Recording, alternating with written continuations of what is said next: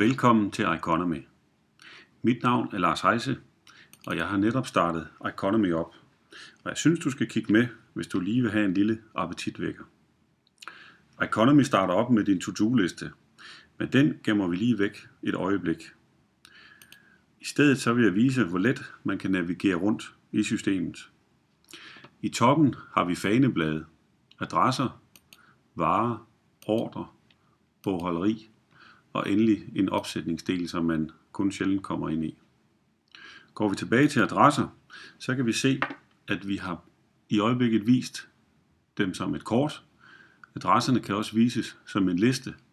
Over til højre kan vi se, at vi har faktisk 4.268 adresser i systemet.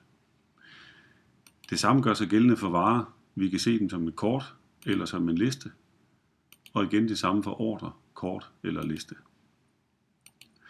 Man kan også skifte mellem modulerne, når man bliver lidt mere rutineret, ved at gå op i navigationsmenuen og så skifte den her vej. Og det kan man selvfølgelig også gøre med tastaturgenvej, som jeg gør lige i øjeblikket.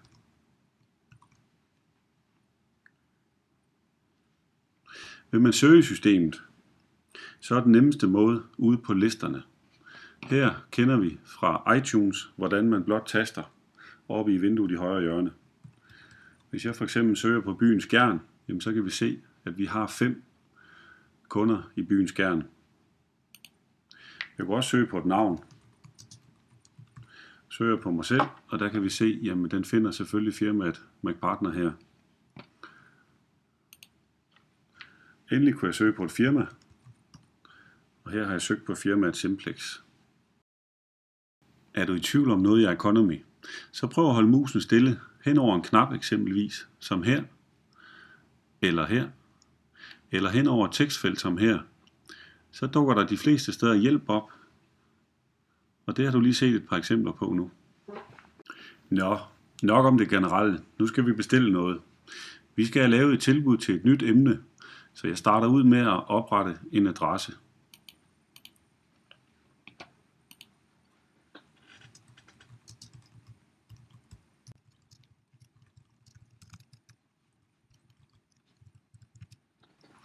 Når adressen er oprettet, så kan jeg klikke på en af de 2 knapper hernede.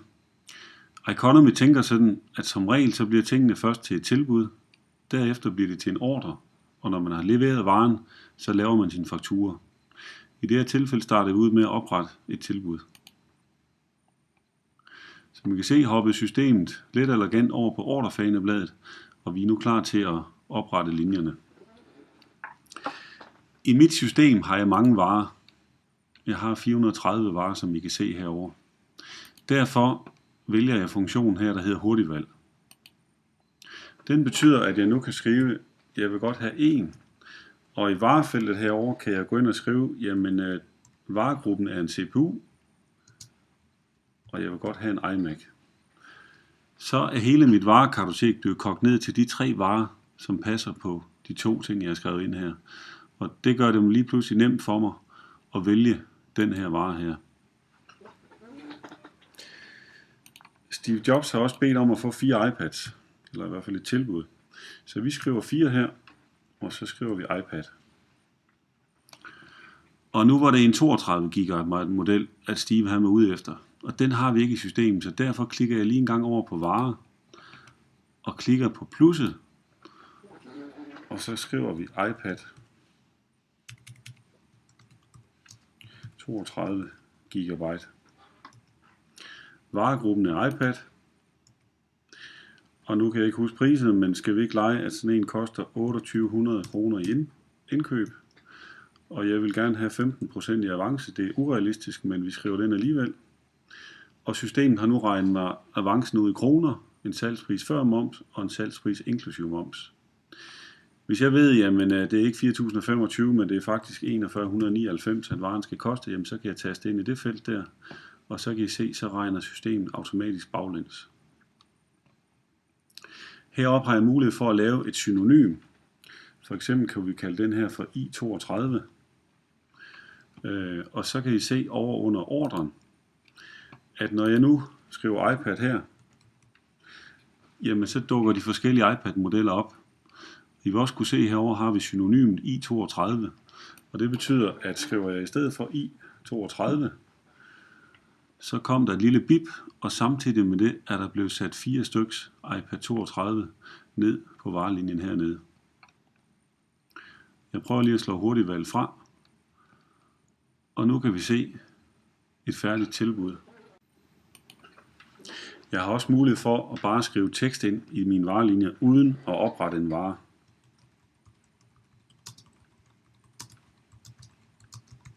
Som vist her. Når jeg er tilfreds med mit tilbud, jamen så mangler jeg sådan set bare at få det sendt. Knappen print eller e-mail siger sig selv. Klikker jeg en gang på den, så kan jeg vælge, om jeg vil printe det her og stoppe det i en kuvert, eller hvad de fleste nok foretrækker i dag, og maile. Så jeg trykker på mail, og som I kan se, så åbner den automatisk mit mailprogram op. Den har tastet mailadressen ind, og den har vedlagt tilbuddet hernede som en pdf-fil. Så jeg kan bare skrive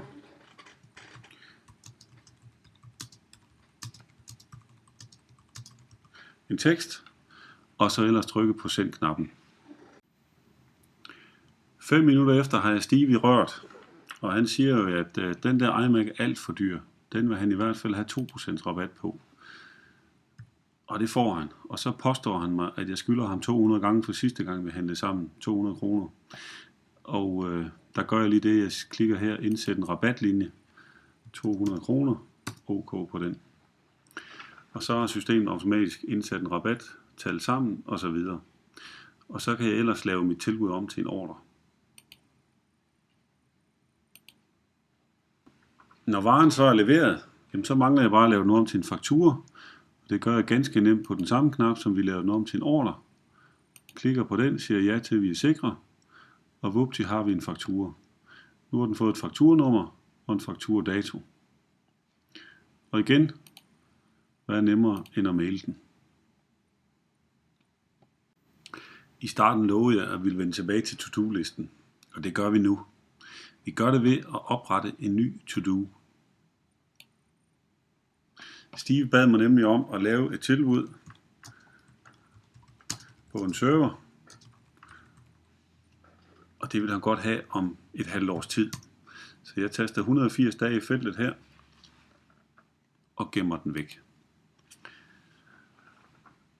Det betyder, at der om 180 dage, når jeg starter Economy op, i den her liste over vil stå, at jeg skal lave tilbud til Steve Jobs på en ny server. Men nu er vi jo ved i dag, så vi kigger på, hvad der står på listen i dag. Og der kan jeg for eksempel se, nederst står der en kunde, der hedder GTS, opfølging på tilbud 10862. Det er nemlig sådan i systemet, at når man opretter et tilbud, så bliver der automatisk oprettet en to-do, som hedder opfølgning. Man bestemmer selv, hvor mange dage man vil lægge sådan et opfølging på et tilbud frem i systemet. Og det gode ved det er, at jeg kan klikke på den her knap herover, så hopper jeg direkte over på det tilbud, som jeg skulle følge op på. Og det kan man jo gøre ved enten at sende en mail på den der knap, eller ved at holde musen stille heroppe, så kan jeg med det samme se telefonnummerne. Så er det bare at ringe og følge op.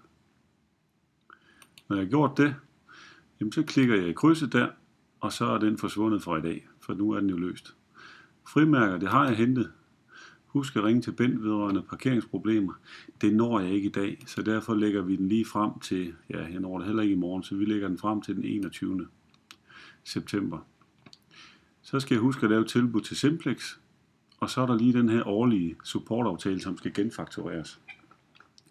Det kan vi lige hurtigt gøre. Jeg klikker på pilen her igen, så jeg ryger over på den gamle faktura, og så går jeg op under min ordremenu her, og så siger jeg dubler. Så jeg vil godt dublere den til en ny ordre. Og straks har jeg fået en kopi af min gamle faktura, og nu skal jeg sådan set bare lige rette datoerne til. 1. oktober 2011 til 2012. Så er den klar til at lave til en faktura. Ja tak. Print e-mail. Vi vil gerne maile den. Og jeg er nu klar til at sende en faktura via mail. Til sidst vil jeg lige registrere et par ting. For det første skal vi jo lige huske vores supportaftale. Den skal vi gentage igen om et år. Så jeg går lige ind og klikker her og siger 19.9. 2012. Og som I kan se, så forsvandt den fra listen med det samme. Dernæst vil jeg lige gå over på mine adresser, og så vil jeg finde NemGroup. De var der. Og så vil jeg lige sige, at de er faktisk interesseret i en iPhone 5. Og udover det vil jeg også registrere, at jeg har været til møde hos dem. Gør jeg her.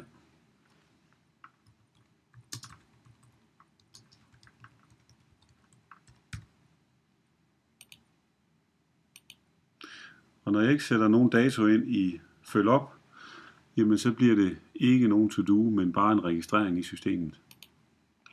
Så vi kan se, er der lidt registreringer i forvejen. Der er møde, to-do, møde, to-do.